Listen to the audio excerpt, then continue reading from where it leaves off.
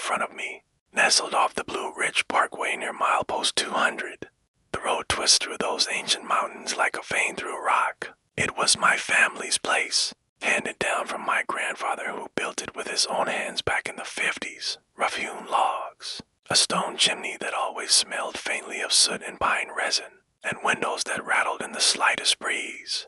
My folks had headed down to Charlotte for the holidays, visiting my aunt who wasn't doing too well, and they asked if I'd mind checking on the place while they were gone. I was between jobs, nursing a bruised ego after getting laid off from the mill in Boone, so I figured why not. A few days alone up there sounded like a recess, stock up on firewood, read some old paperbacks, let the world fade away. The drive up was peaceful enough, the parkway empty under a gray December sky, flurries dancing in the headlights as I pulled off onto the gravel path that led to the cabin. No neighbors for miles, just the endless stretch of national forest pressing in on all sides. I unloaded my truck groceries, a case of beer, extra blankets, and stepped inside. The familiar creak of the door welcoming me like an old friend. The air was chilly, stale from months of disuse, so I got a fire going in the hearth, the flames licking up and casting flickering shadows on the walls, lined with faded photos of family hikes and fishing trips. I cracked a beer, heated some cider on the stove, and settled into the worn armchair by the window, watching the snow start to pile up outside. It was supposed to be a big storm, the radio had said, but I wasn't worried. I'd weathered plenty up here as a kid. As evening fell, the world outside turned into a white void. The snow came down in thick sheets, muting everything, the distant hum of any rare car on the parkway, the rustle of wildlife in the underbrush. I poked at the fire, added another log, and listened to the wind picking up, whistling through the eaves like a low moan. It was comforting at first, that isolation. No emails pinging, no phone calls from bill collectors. Just me and the mountains. I made a simple dinner, beans and cornbread from the pantry, and ate by the firelight, the warmth seeping into my bones. Around 9, I stepped out onto the porch for a smoke, the cold biting at my face. Snow already ankle deep. The trees loomed like silent sentinels, their branches heavy and bowed. I stamped out the cigarette and went back in, locking the door behind me. Habit really? Who was going to bother me out here? I washed up, changed into flannels, and crawled into the old brass bed in the back room, the one with the quilt my grandma had sewn. The wind howled louder now, rattling the shutters, but I drifted off easy, the storm a lullaby. It must have been around midnight when I woke up, not sure why at first. The fire had died down to embers, the room cooler than before. Then I heard a soft scratching at the back door, like nails dragging across wood, or maybe branches scraping in the gusts. I lay there, eyes open in the dark, trying to place it. Cabin sat in a small clearing, no trees close enough to touch the walls, especially not the back where the door led to the woodshed. Lately just ice building up or something shifting in the wind. I rolled over, pulled the quilt higher, but the sound persisted, irregular, almost tentative. Scratch, pause, scratch, scratch. I sat up, heart picking up a notch, and listened harder. The wind was fierce now, but this was different, closer. I swung my legs out of bed, the floorboards cold under my feet, and padded to the kitchen. The scratching stopped as I approached, leaving only the howl outside. I flicked on the light, harsh fluorescent buzzing to life, and checked the door. Locked tight, no sign of anything amiss. Peering through the small window beside it, all I saw was swirling snow. The beam from the porch light cutting maybe 10 feet before fading into white. Nothing there. I shrugged it off, playing my imagination, and headed back to bed. But as I turned off the light, it started again, fainter this time. Like whatever it was had waited for the dark. I didn't sleep much after that. Tossed and turned, the scratching coming and going, sometimes from the door, sometimes sounding like it was at the window in the living room. Round 1, I got up again, built the fire back up, and sat there with my cider reheated, staring at the flames. The cabin felt smaller somehow, the walls pressing in with the weight of the storm. That's when the whispers started. First, I thought it was the wind again, funneling through cracks in the logs. But no, this was voices, low and murmuring, just beyond the walls. Words I couldn't make out, rising and falling with the gusts like a conversation carried from afar. I froze, mug halfway to my lips, straining to hear. It sounded like 2, maybe 3 people, their tones urgent but muffled, as if speaking through cloth or from underground. English hard to say. Snippets like come out here, but distorted, blending with the storm. My skin prickled, a chill that had nothing to do with the temperature. I set the mug down, hands unsteady, and went to the window. Frost etched the glass, but I wiped it clear with my sleeve. Outside, nothing but snow and shadow, the pines swaying like they were alive. The whispers faded as I stood there, then surged back when I turned away, louder now, insistent. By 2 a.m., the power flickered once, twice, then went out completely. The cabin plunged into darkness, save for the dying glow of the fire. I grabbed my phone from the nightstand, the screen a harsh blue light in the black. Flashlight app on. Battery at 60%. No signal, of course, this far out. The whispers seemed closer in the quiet, echoing faintly inside now, as if seeping through the cracks. I checked every window, every door, locking mechanism solid, no signs of tampering. But the scratching had evolved now, it was knocking. Slow, deliberate raps at the back door, 3 at a time, then a pause, then 3 more. Like someone knocking politely, waiting to be let in. My mouth went dry, pulse thumping in my ears. Animals. Bears didn't knock, and coyotes sure as hell didn't. A person. In this storm, barefoot may be lost and hypothermic. But why not call out? Why the whispers? I yelled through the door. Who's there? You need help. Silence, then the knocking again, harder, vibrating the frame. I backed away, grabbing a poker from the fireplace, its iron cold and heavy in my grip. I retreated to the bedroom, dragging the armchair against the door as a barricade. Though it felt futile, the knocking spread now at the side window, then the front door, circling the cabin like whatever was out there was testing for weakness. The whispers followed, clearer in moments of lull, words like open cold inside. Pleading almost, but with an undercurrent that twisted my gut. I huddled under the quilt, phone clutched like a lifeline. Flashlight beams sweeping the room every few minutes. The fire sputtered out around 3, leaving me in total dark except for the phone, which I conserved by turning off. Hours dragged, the storm unrelenting. Knocks and whispers weaving into a rhythm that gnawed at my nerves. I thought of stories my grandpa told folks vanishing in these woods. Old mining towns swallowed by the forest, people driven mad by the isolation. Was this that? Just my mind cracking under the pressure. I whispered prayers I hadn't said since childhood, begging for dawn. When the first gray light filtered through the curtains, the sound stopped abruptly, like a switch flipped. I waited another hour, ears straining, before moving the chair and venturing out. The cabin was silent, snow drifted high against the doors. I dressed quickly, boots and coat, and stepped outside, the cold slamming into me like a wall. The world was pristine white, untouched except footprints, human-sized, barefoot, pressed deep into the snow, circling the cabin in a perfect loop. They emerged from the tree line 50 yards out, wound around the perimeter, pausing at each door and window, and vanished back into the woods. Tracks leading to a road, no vehicle prints on the drive. Just those bare feet, toes splayed as if gripping the frozen ground, unhurried. I followed them a ways into the trees, poker in hand, but they faded under the canopy where the snow was thinner, dissolving into nothing. My breath came in plumes, heart hammering again. Who walks barefoot in a blizzard? And why circle like that, knocking, whispering? I didn't stick around to ponder. Packed my truck in a frenzy, engine roaring to life, and peeled out onto the parkway. Plows already clearing the way. Glanced back once, the cabin small and lonely. Smoke curling faintly from the chimney I'd forgotten to douse. That was 3 years ago now. But it clings to me like damp fog. I sold the place last summer, couldn't bear the thought of going back. Folks who bought it asked about the history. They just said it was sturdy, good bones. But at night, when the wind picks up outside my apartment in town, I hear those whispers again. Faint in my dreams, calling from the edges. Pleas for help or invitations to something darker. I don't know, and part of me dreads finding out. The mountains hold their secrets close, and sometimes they reach out in the quiet, reminding you you're never truly alone. I'd always loved my Aunt Clara's house, tucked away in the folds of the Blue Ridge Mountains near the Linn Cove Viaduct. It was one of those old places built in the early 1900s. When folks were still carving out lives from the rock and timber up here in Appalachia. Stone foundation, weathered clapboard siding that groaned in the wind, and a tin roof that turned every rain into a symphony. Clara had inherited it from her folks, and she'd kept it simple, no fancy updates.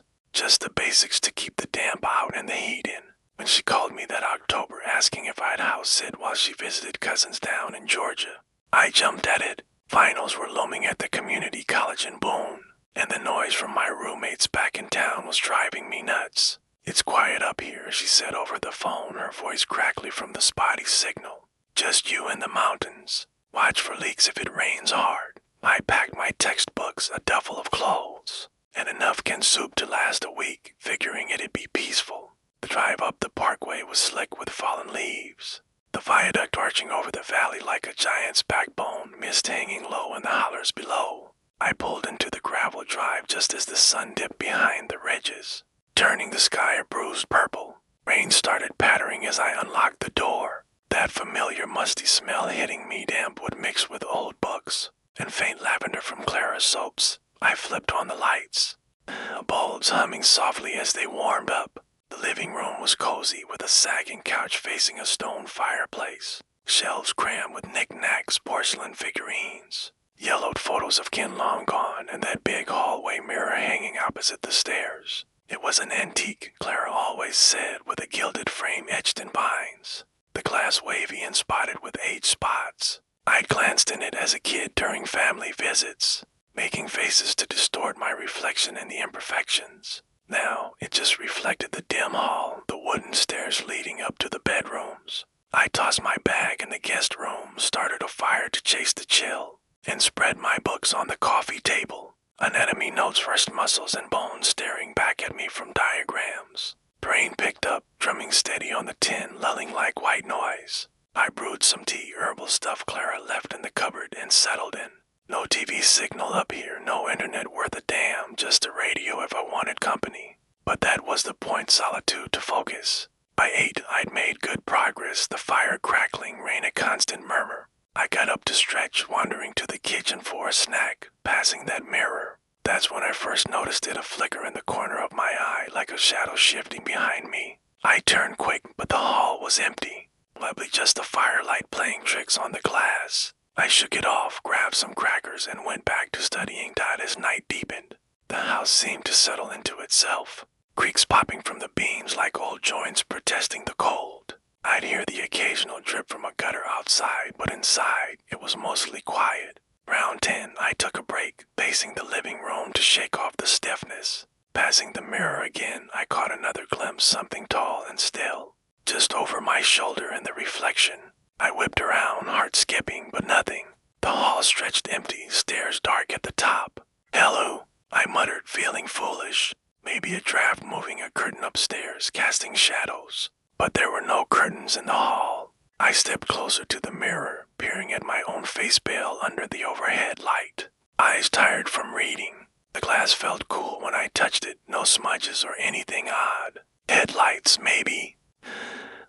Parkway wasn't far, but this late traffic was sparse and the rain would muffle any approach. I listened, no engines, just a steady downpour. A knees prickled at the back of my neck, but I pushed it down. Houses like this had character, that's all. Stories baked into the walls from generations. Clara used to talk about her grandma seeing shapes in the fog outside. Old mountain tales of lost souls wandering the ridges. But that was just folklore, something to spook kids around the fire. I turned away, focusing on my notes, but every so often my eyes drifted to that mirror. Midnight came and went. The fire had burned low, embers glowing orange, and I'd switched to the lamp beside the couch. Rain hammered harder now, wind gusting against the windows like it wanted in. I stood to add a log, and as I passed the hall, there it was again, a shadow in the mirror.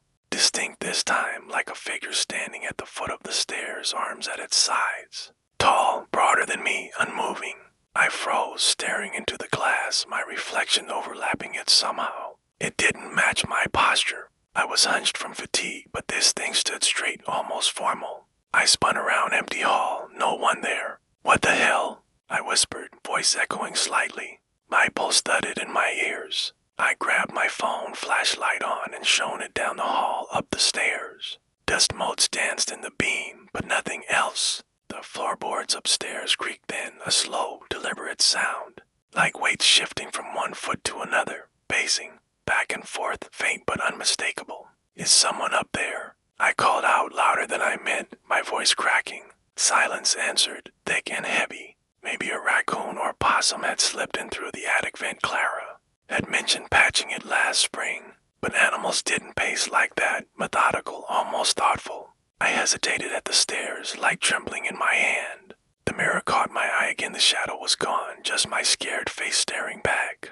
Decided to check upstairs, poker from the fireplace in one hand, phone in the other. The stairs groaned under my weight, each step amplifying the quiet. The upstairs hall was narrow, doors to 3 rooms, Clara's bedroom, the guest, and a storage room full of boxes.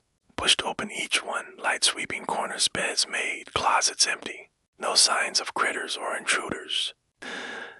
Pacing had stopped while I ascended, leaving only the rain's tattoo on the roof. In the storage room, old trunks and faded quilts, a musty scent stronger here. Nothing amiss. I laughed a little, nerves frayed, telling myself it was the storm playing havoc with the old house. Drafts settling wood, imagination filling the gaps. Back downstairs, I stoked the fire high, brightness chasing shadows. But as I sat down, the creaking resumed upstairs, pace, pause, pace. Like someone walking the length of the hall, stopping at each door as if listening. I called out again, if there's anyone here, show yourself. Nothing. The unease built slow, a knot in my gut twisting tighter. I tried studying, but words blurred on the page, my mind wandering to those old stories. Folks in these mountains talked about haints, restless spirits tied to places.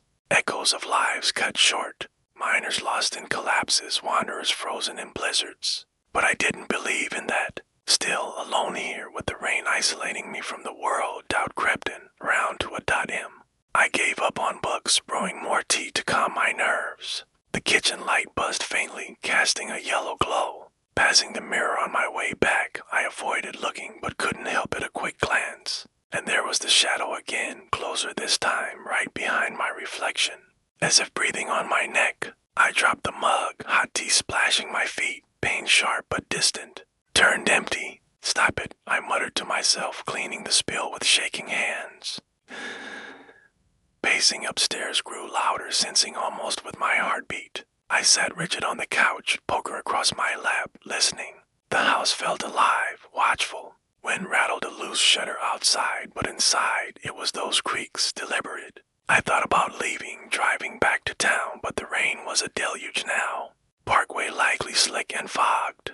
No, I'd tough it out till morning. I dimmed the lamp, hoping darkness would help me sleep, but it only amplified sounds. Drip from the eaves, creak from above, my own breathing ragged. Then, around 3, the power surged. Lights flickered wildly, bulbs brightening to blinding, then dimming to near black. The whole house hummed with electricity like a hive waking. In that chaos, I looked to the mirror. The shadow was there, vivid, reaching out. Fingers played against the glass from the inside, pressing as if testing the barrier. Outlines pale and elongated. Not my hand. Mine were clenched in my lap. The figure lone, details fuzzy in the wavy glass doll, thin, face obscured, but eyes. God, the eyes glinted, locked on mine.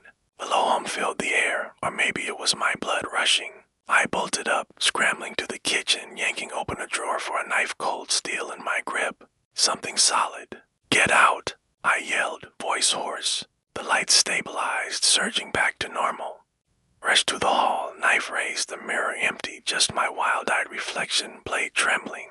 No shadow, no hand, but the glass was warm to the touch, fogged slightly in the shape of fingers. I didn't sleep after that. Sat with my back to the wall, knife in hand, fire poker nearby, eyes on the mirror. Pacing stopped, rain easing to a drizzle as dawn grayed the windows. Exhaustion weighed on me, but fear kept me alert. When light finally filtered in, I inspected the mirror closely. Smudges on the inside, handprints clear as day, fingers spread, palm flat, like someone had pressed from within the glass. Dust disturbed on the frame, but no way to reach inside. I wiped them with a rag, but they smeared, stubborn. Upstairs, nothing, no footprints in the dust, no signs. Just a quiet house, mocking my panic. I packed my things quick, leaving a note for Clara. All good, had to head back early. Thanks. Didn't explain the smudges, the shadows. Drove out as the sun broke through. I remember the day my buddy Ray handed me the keys to his trailer like it was yesterday. a grin on his face as he slapped them into my palm. Place is all yours for the weekend, man. Craggy Gardens area, right off the parkway, quiet as a church mouse up there. Get the auto shop in Asheville had been grinding me down. 12-hour shifts fixing transmissions that never stayed fixed. Customers yelling about bills they couldn't pay. I needed out, away from the noise and the grease under my nails. Ray's trailer was perfect parked on a little gravel pad in a clearing, surrounded by rhododendron thickets and pines that scraped the sky. No neighbors, no cell service half the time, just the mountains and me. I packed light, a cooler of beer, some steaks for the grill, my hiking boots, and a star chart I'd been meaning to use. The drive up was easy, the parkway winding through tunnels of gold and crimson leaves. Fall settling in like an old coat. Pulled in just before sunset, the trailer sitting there humble and silver. Porch swing hanging from chains that squeaked in the breeze. I unloaded, cracked a beer, and fired up the propane grill. First night was pure bliss steak sizzling, stars popping out one by one overhead. The cool air carrying that clean pine smell. I rocked on that swing till late, boots propped on the railing, letting the quiet wash over me. Slept like a rock in the narrow bed inside, window cracked to let the night in. That morning came crisp, sun filtering through the trees in shafts of light. I hiked the Craggy Gardens trail, boots crunching on the path. Views stretching out to forever, layers of blue ridges fading into haze. One else around, just birds and the occasional rustle of a squirrel. By afternoon, I was back at the trailer, napping in the hammock Ray had strung between two pines. A lazy satisfaction settling in. As the second day crept up slow, sky turning that deep orange before bleeding into purple. I was out on the porch again, swing creaking under my weight, beer cold in my hand. The woods had gone still, that pre-night hush where even the wind holds its breath. That's when I heard the first footstep. A heavy thud from the tree line, deliberate, like a boot coming down on damp earth. I paused mid-sip, ears perking. Probably a deer, I thought plenty of them up here, bold as brass sometimes. Another step, closer, crunching leaves under pressure. Then another, starting a slow circle around the clearing. I set the beer down, leaning forward to peer into the shadows. The steps were measured, unhurried, coming from the left side of the trailer, heading toward the front. My pulse picked up a notch, but I stayed put. Could be Ray's cousin checking on the place, or a hiker cutting through. But no voice called out, no flashlight bobbed in the dark. Footsteps reached the gravel path that ringed the trailer, gravel shifting underweight. A gritty scrape that set my teeth on edge. They climbed the 3 wooden steps to the porch, thud, each one echoing in the quiet. The swing beside me creaked then, chains groaning as if someone heavy had settled in. The seat dipping low. I froze, staring at the empty space next to me. Nothing there, just the fading light and the faint smell of wet soil and something sharper. Metallic, like old blood or rusted iron. The air turned cold suddenly. Breath fogging in front of me, though it wasn't that chilly yet. "Hello," I said, voice low, not wanting to sound scared. No answer, just the swing rocking gently, chains tinkling. I stood up slow, heart thumping now, and back toward the door. Footsteps resumed, circling off the porch and round the trailer. Boards groaning where there was no decking, just a thin metal siding. I slipped inside, locking the knob and the deadbolt, leaning against the door to listen. Pacing continued, slow and methodical, thump pause. Thump like someone inspecting every inch of the perimeter. Inside, the trailer felt smaller. The walls thin as paper. I flicked on the light's harsh fluorescence buzzing overhead and grabbed a flashlight from the drawer. Peeking through the curtains, I saw indentations in the gravel, deep oval presses like boot soles. But no actual prints, no displaced stones. Just pressure as if weight had been applied and then lifted clean. The steps paused at the window. I was looking out. A shadow falling across the glass, though the porch light showed nothing. I jerked back, curtain falling into place. My phone's body signal, one bar flickering in and out. I tried Ray, but it went to voicemail after 2 rings. "Hey, everything's fine, just call me when you get this." The footsteps moved on, circling to the back, then the other side. I paced inside, matching the rhythm almost, poker from the little wood stove in my hand. Wildlife. Bears didn't walk like that, and deer sure didn't climb steps. Person, then maybe some drifter from the parkway, feral folks the rangers whispered about. Living off the land in hidden camps. But why circle silent? Why sit on the swing? The metallic smell seeped in through the vents, faint but persistent, turning my stomach. Night fell hard, stars hidden behind clouds rolling in. Pacing never let up, a constant loop around the trailer, sometimes faster, sometimes dragging slow. I'd shine the light out windows, catching those indentations forming fresh in the gravel, erasing themselves as the steps moved on. One point, they stopped right outside the bedroom window, a long pause that stretched my nerves taut. I held my breath, poker raised, waiting, then a soft scrape against the siding like fingers trailing along the metal. I yanked the curtain aside, nothing, but the glass was fogged in a handprint shape, fingers too long, palm too wide. I wiped it away frantic, but it reappeared minutes later, slower this time. The swing out front started moving on its own, chains creaking in rhythm with the steps. Back and forth like someone rocking thoughtful. I huddled in the bedroom, door barricaded with the mattress dragged across. Phone dying from constant checking. Signal gone completely now, battery at 20%. The night dragged eternal, every thud outside amplifying the isolation. I thought of stories Ray told, old logging camps abandoned up here, men vanishing into the woods, bodies never found, or the Cherokee tales of spirits walking the ridges, guardians or warnings. But this felt human, too deliberate, too patient, hours blurred. I doze in fits, jolting awake to the steps still circling closer in the quiet moments. Round 3, they climbed the porch again, the swing groaning under that invisible weight. Chains twisted with a metallic squeal, light gripped hard and wrung. I pressed my ear to the wall, hearing breathing heavy, ragged, right outside. Not wind, not imagination. The smell was stronger, earth and rust and something decayed. I whispered, "What do you want?" No answer, just a breathing sensing with mine, then fading as the steps resumed their patrol. Dawn couldn't come soon enough, gray light seeping through cracks around 5.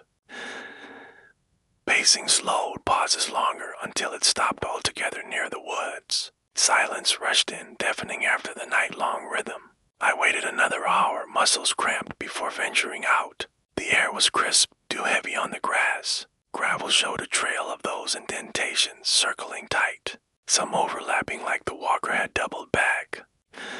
Porch swing chains twisted tight, links kinked as if wrenched by strong hands. Seat damp with morning condensation in a perfect butt-shaped depression, I packed in a rush, throwing stuff in the truck any which way, engine roaring to life. As I pulled out, gravel spitting under tires, I glanced in the mirror. The swing was moving again, gentle sway, chains untwisting slow, like someone had just risen and stepped off. No figure, no prints leading away, just the motion lingering.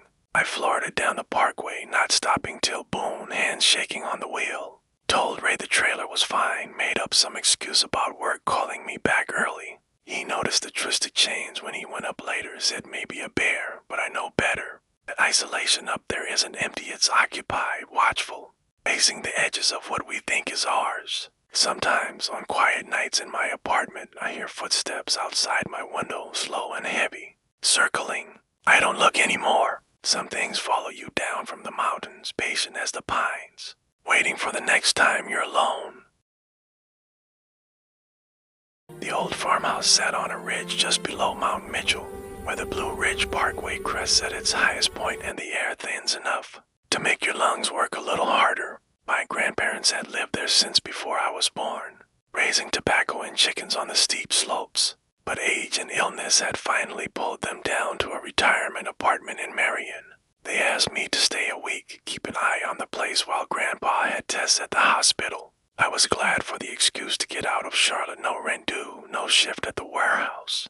Just quiet and the smell of wood smoke. I rolled in late afternoon, tires crunching on the frost-heaved gravel. The house looking smaller than memory, clapboard gone gray. Tin roof patched with mismatched sheets, windows filmed with decades of mountain dust. Inside, the air was cold and still. Furniture draped in yellowed sheets like ghosts too tired to stand. I dropped my duffel in the back bedroom, opened a couple of windows to chase the staleness, and started a fire in the potbelly stove. The electricity worked when it felt like it, old knob and tube wiring that flickered with every gust. So I kept a kerosene lantern handy on the kitchen table. That first night I ate chili from a can, read an old Lewis Lamore by firelight, and fell asleep to the wind worrying the eaves. It felt like coming home to a place that had already started forgetting me. The second day was all fog. It rolled up from the hollows before dawn and never burned off, swallowing the ridge until the nearest neighbor's barn was only a darker smudge in the gray.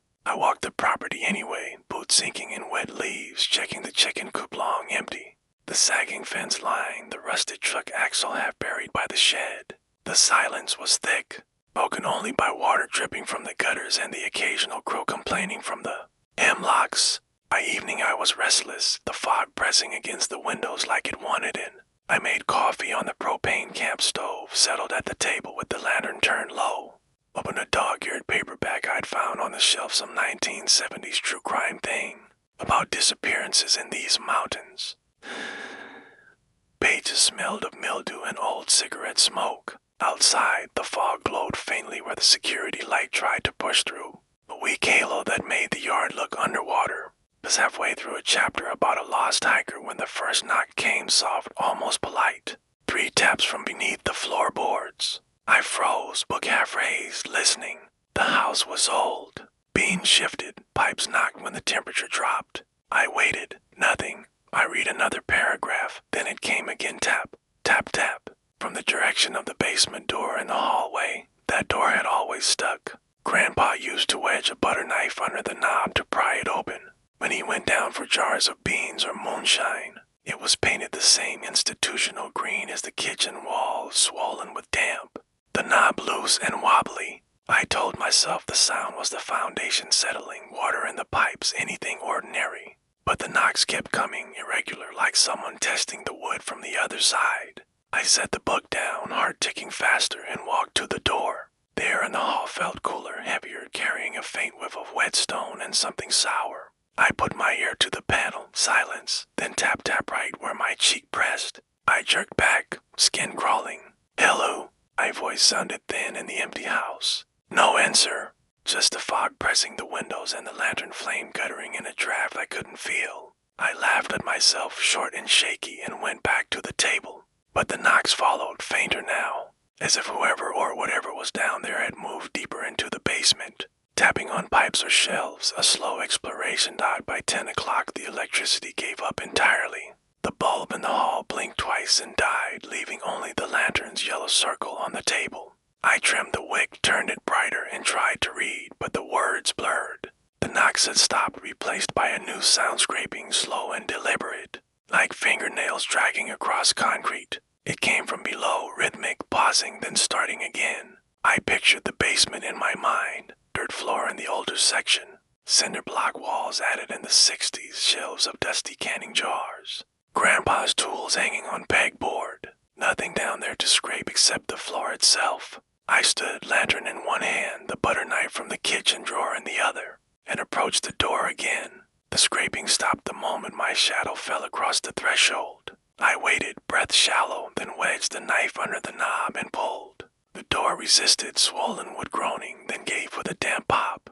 Cold air rolled up the stairs, thick with mold and the smell of turned earth. I shone the lantern down wooden steps descending into shadow, cobwebs trembling in the draft. Anybody there? My voice echoed back, smaller. No answer. I took one step, then another, the stairs creaking under my weight like old bones. Halfway down, the lantern light caught the shelves' jars glinting. A rake leaning in the corner and the scraping started again, closer. From the far wall where the dirt floor met stone, I froze. Dust sifted from the rafters, settling on my shoulders like ash. The sound stopped. I backed up the stairs, heart hammering, and slammed the door, leaning against it until my legs stopped shaking. Back in the kitchen, wedged the chair under the knob, the wooden legs scraping the pine floor. The lantern flame danced, throwing shadows that jittered across the walls. I told myself it was a raccoon, a groundhog, something with claws that had found a way in through the fieldstone foundation. Animals get trapped in basements all the time. I'd set a live trap in the morning, call the wildlife folks if I had to. But the explanation felt thin, like trying to patch a sinking boat with paper. I poured the last of the coffee, hands unsteady, and sat at the table facing the hallway. The house was quiet again, but it was the kind of quiet that listens back. Around midnight the whispers started low, muffled, filtering up through the floorboards and the cracks around the basement door. Not words at first, just breathy sounds, urgent. like someone arguing in another room with the volume turned down. I leaned closer to the floor, let out a fragment, then static of breath. Cold, another voice, higher, pleading. I couldn't tell if they were male or female, young or old, just human, desperate. And coming from below, I pressed my ear to the boards.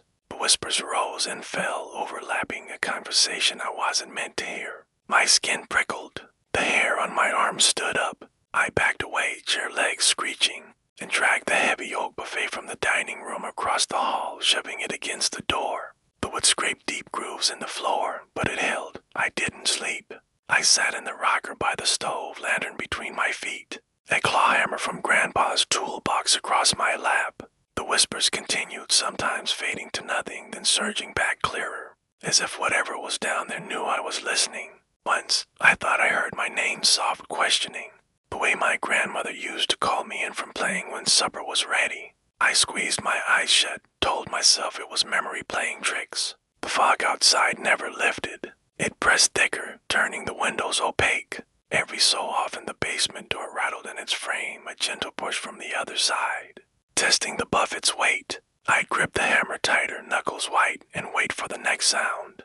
Dawn came slow, a gradual lightening from black to pewter. The whispers stopped with the first bird call. Waited another hour, muscles cramped before moving the buffet inch by inch. The basement door was cool to the touch, but the paint around the knob was shredded deep gouges. Fresh and splintered, curling inward like something had clawed its way up from the inside. The scratches were too high for an animal to deliver it. I stared at them, stomach turning, then grabbed the hammer and nails from the shed. I boarded the door shut, cross-bracing it with 2x4s, each nail driven with shaking hands. The fog finally began to thin as I loaded my truck, tires spinning on wet gravel. Left the key under the mat like always, but I never went back. Grandpa recovered enough to sell the place the next spring. The new owners were a young couple from Raleigh, excited about fixing her up. They asked about the boarded basement door. I said it was structural, water damage, nothing to worry about. They nodded, smiled, already planning a farmhouse kitchen. I drive the parkway sometimes, past the Mitchell exit. I feel the ridge pulling at me like a bad tooth. At night, in my apartment, I still hear fate knocking 3 taps, pause. 3 more coming from the floorboards or the walls or inside my own head. I don't answer. Just lie there in the dark, wondering if the couple ever took those boards down. If the whispers found new ears. If whatever's trapped under that house is still waiting for someone alone to listen. I still have the rental agreement folded in my desk drawer, the ink smudged where I signed too hard. Eager to escape, the ad called it Hemlock Hollow Cottage Secluded Writer's Retreat. No distractions. It sat a mile off the Blue Ridge Parkway past the Folk Arts Center, down a gravel spur that narrowed to 2 ruts and a carpet of pine needles. I remember the drive up, late May, windows down, dogwoods blooming white along the shoulders, the mountains rising in soft green waves.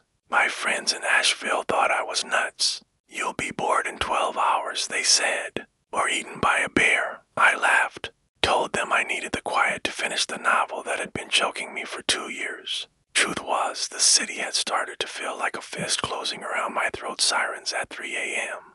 Neighbors arguing through walls, the constant buzz of notifications. Wanted silence so complete I could hear my own thoughts breathe.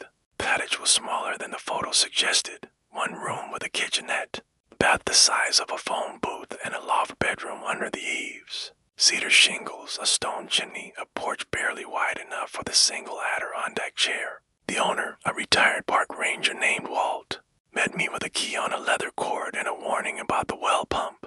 If she sticks, jiggle the handle gentle, and keep the attic hatch closed, mice get bold. He pointed to the pull-down ladder in the hall closet, then to the vent high in the gable, wooden slats painted the same forest green as the trim. Owls nest up there sometimes. Don't leave food out. I nodded, already tasting the solitude. Walt drove off in his rattling pickup, dust swirling behind him, and the quiet rushed in like cool water dot the first morning I woke before dawn. Kind of dark that feels solid. I brewed coffee on the camp stove, opened my laptop on the pine table, and wrote until the sun burned the mist off the ridge. Words poured out sentences I'd been chasing for months, finally landing clean. Afternoons I hiked the loop trail behind the cottage, laurel thickets. trillium blooming white in the shade, the smell of damp earth and wild onion. I saw no one. Evenings I grilled trout or steak on the little charcoal hibachi, ate on the porch while the sky turned rose and indigo, then rode again by lantern light until my eyes burned.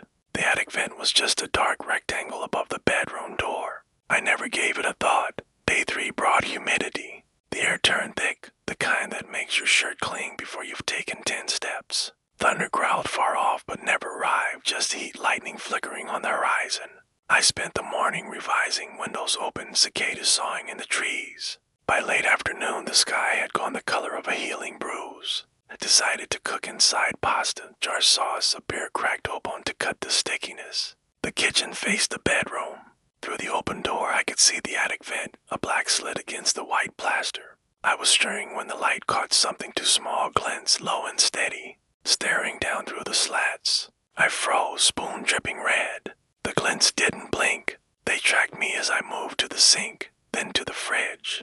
My laugh came out then. Owls, raccoons, something with eyes that reflected. I closed the bedroom door, ate standing at the counter, and told myself it was the angle of the setting sun that night the storm held off, leaving only the weight of the air. I left the bedroom window cracked and lay on top of the quilt, laptop glowing beside me. Around midnight, the ceiling started to creak soft at first, like the house settling, then rhythmic. Patter, patter, pause, directly above my pillow. I sat up, heart ticking faster than it should. Mice, I thought. Squirrels in the insulation. I grabbed the flashlight from the nightstand and aimed it at the ceiling.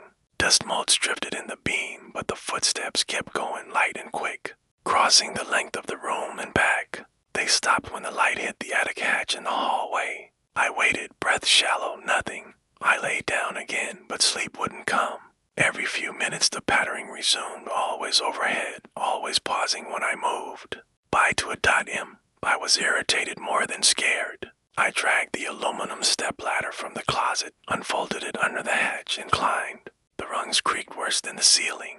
The hatch was a square of plywood with a knotted rope pole. I tugged, it resisted, then gave with a puff of dust and mouse turds. Hot, stale air rolled out, thick with the smell of old newspapers and something sharp as sweat.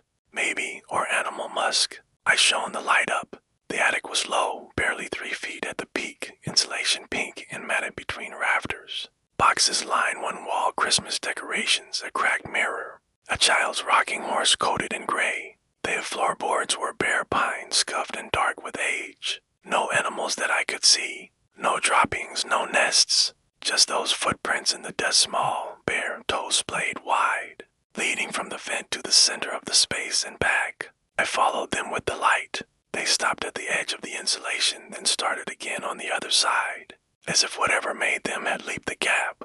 My skin prickled. I backed down the ladder, closed the hatch, and wedged a chair under the rope pole. The footsteps didn't return. Morning came muggy and overcast. I brewed coffee strong enough to strip paint and stepped onto the porch to clear my head. The woods were silent, not even a jay scolding. I was rinsing my mug when I noticed the bedroom window smudges on the outside glass low down, like someone had pressed their face to it. Handprints too, small palms, fingers too long, spaced wide. They ringed the pane in a loose arc, as if whatever made them had walked the perimeter of the cottage during the night. I grabbed a rag and cleaner, scrubbed until my arms ached, but the prints were on the outside, and the glass was cool, no condensation. I checked the ground beneath the window, pine needles, moss, no disturbance. No ladder marks, no scuffs. Just those prints already drying into faint ghosts. I tried to work, but the words wouldn't come. Every creak of the cottage sounded deliberate. I kept glancing at the attic hatch, half expecting the chair to slide away. Around noon I hiked again, farther this time, hoping distance would reset me. The trail climbed through laurel slicks, the air heavy with the smell of wet leaves. I didn't see another soul. On the way back I found a deer carcass half hidden under ferns, ribs picked clean. Skull twisted at an impossible angle, eye sockets empty but glistening fresh. No scavenger marks I recognized. I hurried past, unease settling deeper. Dust fell early under the clouds. I grilled a burger, ate it standing at the sink, eyes on the tree line. The woods were darker than they should be, shadows pooling thick. I was washing the plate when I saw the eyes at the kitchen window, low to the ground. reflecting the porch light like coins in a well. Small, unblinking, sit wide in a pale blur of face. I dropped the plate. It shattered in the sink. When I looked again, the eyes were gone, but the glass bore new prints same size. Same elongated fingers pressed flat as if testing the barrier. I yanked the curtains shut, hard hammering, and checked every lock twice. The attic stayed silent, but the quiet felt different now, watchful, patient. I didn't sleep. I sat at the table with the lantern turned low, a kitchen knife across my knees, listening. Round 3, the pattering started again, lighter than before, almost playful. It crossed the bedroom ceiling, paused above the bed, then moved to the hallway. The chair under the hatch scraped 10 inch, then another. I stood, knife ready, but the scraping stopped. Silence stretched, thick as the humidity. Then a new sound soft exhales against the attic floorboards directly over my head. Steady and human. I shone the light up. The hatch was still closed, chair in place, but dust sifted down in a thin stream, as if something knelt there, breathing. I don't remember deciding to leave. I just found myself stuffing clothes into my pack, laptop cord tangled around my wrist, boots half-laced. The sky was lightening to pearl when I stepped outside to soak my jeans as I crossed the yard to the car. I threw my things in the back seat and turned for one last look. Cottage looked ordinary in the half-light, curtains drawn, chimney cold. But the bedroom window prints ringed it now, dozens of them overlapping, climbing higher than any child could reach. And in the attic vent, the glints caught the first ray of sun, steady, patient, watching me go. I drove down the spurt fast, gravel pinging the undercarriage. At the parkway, I pulled over, hands shaking on the wheel, and tried to call Walt. No signal. I haven't gone back for my deposit, my notebooks, the cast iron skillet I left on the stove. Sometimes, in my apartment, I wake to the sound of soft footsteps crossing the ceiling, patter-patter, pause though. I live on the top floor. I don't look up anymore. I just pull the covers over my head and wait for morning, wondering if those eyes are still learning my routines, waiting for the next quiet place I think is empty. The breakup hit me like a slow-moving truck, quiet at first, then the full weight when I realized she wasn't coming back. My buddy Travis had been after me to use as a frame cabin for years, said the mountains would sort a man out. No cell towers, no neighbors, just you and the ridge, he told me over coffee, sliding the key across the table. I took it the same week she moved out, packed a duffel, a box of books, a bottle of bourbon, and drove up the parkway at dusk. Windows down, letting the cold bite the hurt out of me. Cabin sat on a knob overlooking the French Broad Valley, cedar siding gone silver. A deck cantilevered over nothing but air and treetops. Inside, knotty pine walls, a stone hearth, a kitchenette with a hot plate, and a landline phone on the counter, rotary dial, beige plastic, the cord coiled like a snake. Travis laughed when I asked about it. For emergencies. Line runs underground to the ranger station. Don't expect miracles. I didn't. I wanted the opposite of miracles. First night I built a fire, drank half the bourbon, and slept 12 hours straight. Woke to fog so thick the deck disappeared 10 feet out. I made coffee, sat on the rail, and watched the clouds sea-swirl below. No traffic noise, no sirens, just wind in the hemlocks and the occasional hawk cry. I rode a little, hiked the ridge trail, grilled a steak at sunset. The phone never rang. I didn't even check if it worked. Date was rain steady, soft, the kind that makes the forest smell like Christmas. I rode all morning, words finally loosening after months of rust. By afternoon, the clouds pressed lower, turning the windows gray. Was heating soup when the phone rang sharp, mechanical, cutting through the hiss of the stove like a blade. I stared at it. The sound was wrong and the quiet too loud, too old. I let it ring for times 5, then picked up. Hello. Static crackled thick as wool, and underneath it breathing. Slow, deliberate, close to the mouthpiece. Not wind, not a bad connection. A person. I waited. The breathing continued, patient. Travis, nothing. I hung up, heart ticking faster than it should. Cross wires, I told myself. Storm messing with the lines. I unplugged the cord from the wall jack just to be sure and went back to my soup. 10 minutes later it rang again. The cord was still coiled on the counter, the plug dangling, but the bell shrieked like it was plugged into my spine. I snatched the receiver. The static was louder, the breathing heavier, wetter, as if the mouth had moved closer. I slammed it down, yanked the cord harder, wrapped it around the base. The ringing stopped. The silence that followed felt thick, watchful. I laughed shaky, embarrassed, and poured the bourbon. Early that night came fast. The rain turned to sleet, ticking against the windows like fingernails. I built the fire high, tried to read, but the cabin felt different, smaller, the walls leaning in. Around midnight the ringing started again, not from the phone, but from inside the walls, muffled, echoing through the heating ducts. I followed the sound, kitchen, bathroom, bedroom, every vent carried it, fainter but persistent, like the cabin itself had swallowed the bell. I unplugged the phone again, for good measure, and set it on the table like a dead thing. The ringing faded, replaced by a new noise tapping on the glass, soft, rhythmic, from the big picture window facing the deck. I froze. Tapping moved left to right, then to the side window, then the back door. Not random, patterned like fingers testing for weakness. I grabbed the flashlight, clicked it on, and swept the beam outside. The deck was empty, sleet glinting in the light, but at the edge of the circle movement, a shape low and quick, darting between the trunks. Too fast to focus, gone before I could track it. I swung the light left, another flicker, closer to the railing. My breath fogged the glass. I backed away, heart hammering, and checked the locks. Deadbolt, chain, the little slide bolt Travis swore was overkill. All secure. Tapping stopped. Silence rushed back in, heavier than before. I didn't sleep. I sat on the couch with the fire poker across my knees, flashlight in one hand, bourbon in the other. Cabin creaked in the wind, but underneath it breathing, not mine. Slow, steady, coming from the vents again, as if the ducks had lungs. I shone the light into the grates, nothing but dust and darkness. Round 3 the tapping returned, now at the door 3 knocks, paused, 3 more, polite, insistent. I didn't answer. I dragged the coffee table over, wedged it under the knob, then the armchair on top. The knocking paused, then resumed softer, like fingernails dragging down the wood. I pressed my back to the wall, sweat cooling on my skin despite the fire. Dawn crept in gray and reluctant. Tapping had stopped hours earlier, the breathing faded with the dark. Waited until full light before moving the furniture.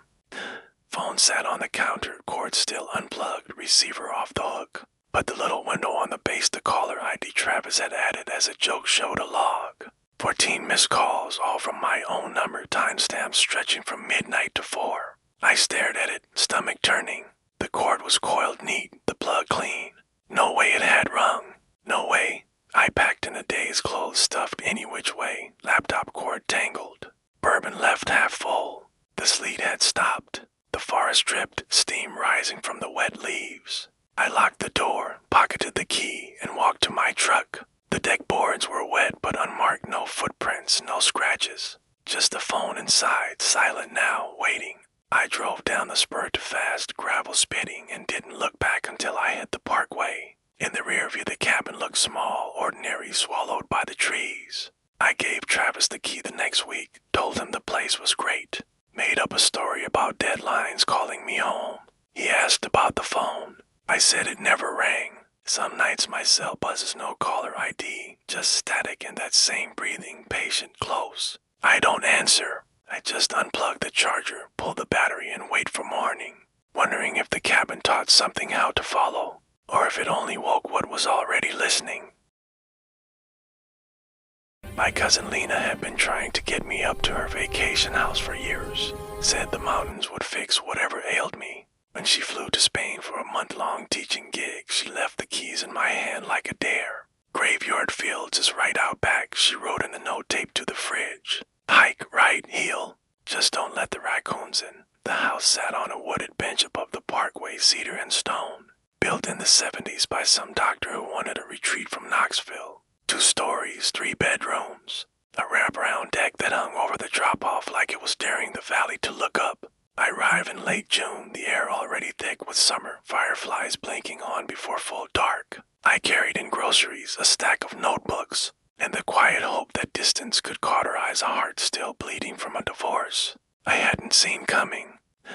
First week was perfect, sun on the deck in the mornings, words flowing like creek water after rain, balloons lost on the trails through graveyard fields, where the Yellowstone prong tumbled over black rock and the wild flowers grew taller than my waist. I left the guest room door closed. It faced north, stayed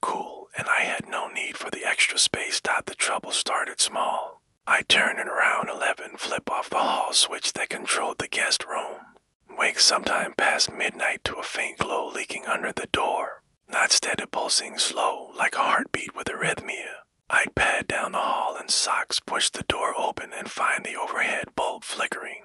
Dim to bright to dim, the switch still firmly off. The room smelled of cedar and dust, nothing more. I'd click the switch up and down, watch the bulb obey for a moment, then step back into the hall and close the door. 10 minutes later, the glow would return. I told myself old wiring, summer storms miles away sending surges through the lines. I even dragged a chair over, unscrewed the faceplate, checked the connections solid, clean. No scorch marks. Still, the light came back night after night, patient as a cat. By the second week, the pulsing had rhythm. I'd be reading on the couch, fire popping low, and the flicker would start 3 short, 1 long. Pause, repeat. Morse code I didn't know. The air in the hallway cooled when it happened. A draft sliding under the guest room door, though every window was latched. One night I opened the door mid-pulse and the temperature dropped hard enough to frost my breath. The bulb hung steady for a second, then dimmed to a candle glow, brightened to noon, dimmed again. Shadows stretched across the wallpaper long, then wrong. I stepped inside, barefoot on the pine floor, and the cold climbed my legs like ivy. The switch was off. I flipped it anyway. Nothing changed. I unscrewed the bulb, wrapped it in a towel, and carried it to the trash on the deck. The socket stayed dark. Went to bed telling myself problem solved. Next evening the glow was back, fainter. Coming from the baseboard nightlight Lena kept plugged in for guests. I'd never turned it on. I unplugged it, set it on the kitchen counter, and watched the guest room door from the hallway. 10 minutes later the pulsing started again, sourceless, as if the walls themselves had learned to bleed light. I slept with my bedroom door locked in a chair under the knob. The thumps came on a night when heat lightning stitched the horizon, but no rain fell. I was halfway through a sandwich, radio murmuring low, when the lights in the guest room began their dance faster now, frantic. Then the thumps heavy, deliberate, from inside the closet. 1 pause, 1 pause, like something testing the give of the door. I set the plate down, grabbed the flashlight, and walked the hall slow. The thumps sensed with the flicker light on, thump, light off, silence. I opened the closet. Winter coats on wire hangers, a box of Christmas ornaments, the faint smell of mothballs and something underneath sweet rot, like fruit left too long in the sun. A draft whispered past my cheek, though the closet backed onto the interior wall. I closed the door, wedged the hallway runner under it, and went back to the kitchen. The thumps continued, muffled, patient, until the bulb burned out with a soft pop. Darkness swallowed the room, but the cold stayed. I started sleeping with every light in the main house blazing. The electric bill would be murder, but the dark felt hungry. One dawn I woke to the mattress beside me sagging, a depression slow forming as if weight settled inch by inch. I lay rigid, staring at the ceiling, afraid to turn my head. The sag deepened. Springs creaked. My breath fogged in the warm room. Whatever sat there exhaled slow, ragged, close enough to stir the hair at my temple. I counted to 10, then 20, then rolled fast off the bed. Flashlight beam cutting the empty space. The mattress sprang level. No imprint, no warmth, just a chill lingering like a handprint on my skin. The clippings were in the bottom drawer of the guest room dresser under a stack of yellowed linens. I found them the morning I decided to leave, packing in daylight to keep the dark at bay. Local papers from the 80s and 90s, brittle smelling of attic and regret. Couple vanishes from summer home, one headline read, "Search called off after 3 weeks." Another, "No signs of foul play in graveyard fields mystery." The doctor who built the house and his wife had come up for Labor Day. Left the car in the drive, the coffee pot half full. Rangers found the guest room light burned out, closet door ajar, a single winter coat on the floor. No note, no struggle, no bodies. Critical quoted a neighbor they kept to themselves. Said the quiet up there was medicinal. I folded the papers small, slipped them into my pocket, and carried my bags to the truck. I locked the door behind me, key under the mat like Lena asked. The house looked ordinary in the morning, Sundeck chairs aligned. Geraniums blooming red in the window boxes. It was halfway down the drive when I glanced in the rear view. The guest room curtain twitched. The overhead light post once dim, bright, dim then held steady. A dull amber glow behind the glass. I floored it to the parkway, windows down. Wind roaring to drown the silence. Some nights the apartment lights flicker in the same rhythm 3 short. 1 long though the wiring's new and the super swears it's fine. I keep the clippings in a lockbox now, tell myself they're research for a story I'll never write. But when the dark presses close, I smell cedar and sweet rot, feel the mattress sag beside me. And if the house is still waiting for its owners to come home, or if it's learned to invite new ones in one flickering light at a time.